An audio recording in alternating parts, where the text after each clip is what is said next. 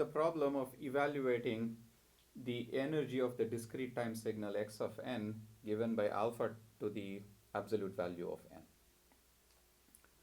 Now, before we start solving this problem, it's always a good idea to try to sketch this signal to get a feel for what the signal looks like. So in this case, if we were to sketch the signal, we can see that at time n equal to 0, the value taken by the signal is 1. And then the signal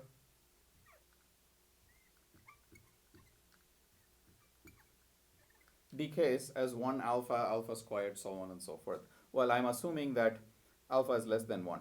If alpha is greater than 1, it would increase as alpha, alpha squared, so on and so forth. Now, alpha does not even have to be real. Alpha could be complex. So every adjacent term would just be alpha times the previous term. And since we have alpha raised to -1, so this signal, alpha raised to the absolute value of n, this signal is symmetric about n equal to 0. Right? And what we want to do is to compute the energy of the signal. And we know that the energy of the signal is defined as simply the sum of the square of the magnitude of xn as n goes from -infinity to +infinity. Now notice that if you just look at the signal for n starting at 0 and taking positive values, then this signal is a signal that looks like a geometric series. So if I want to square each term in that series and then add them up, that's still going to look like the sum of infinitely many terms of a geometric series.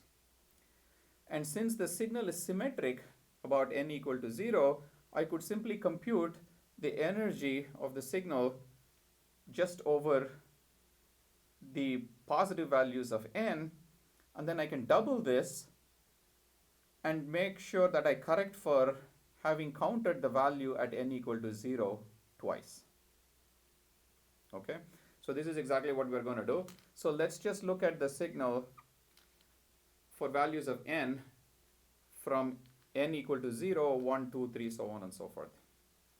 So we'll split this summation into two terms, n going from -infinity to -1 of the magnitude of x of n squared, which is the magnitude of alpha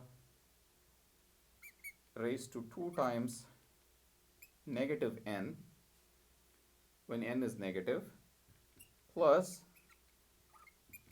n equal to 0 to infinity magnitude of n to the 2n, which is nothing but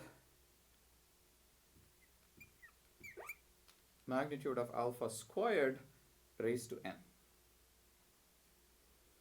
Now this is summed to infinitely many terms of a geometric series. Now notice that this summation goes from n equal to -infinity to -1. So if I added the term at 0, which in our case is 1, then what I would have to do is I would have to subtract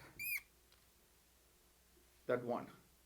So essentially what it's telling you is, since I took the values of the signal from 0 to infinity and I'm using the same thing for values of n which are negative, I've essentially double counted the value at 0 and I have to remove one of them.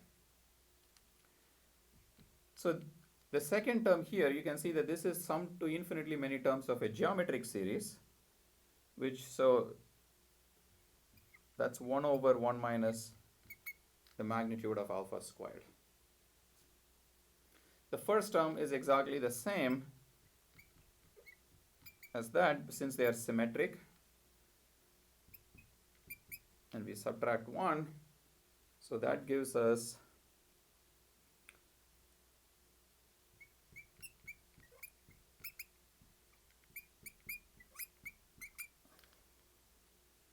and that's indeed the energy of the signal.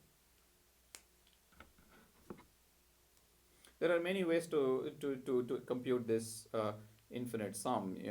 This is just one way to do it.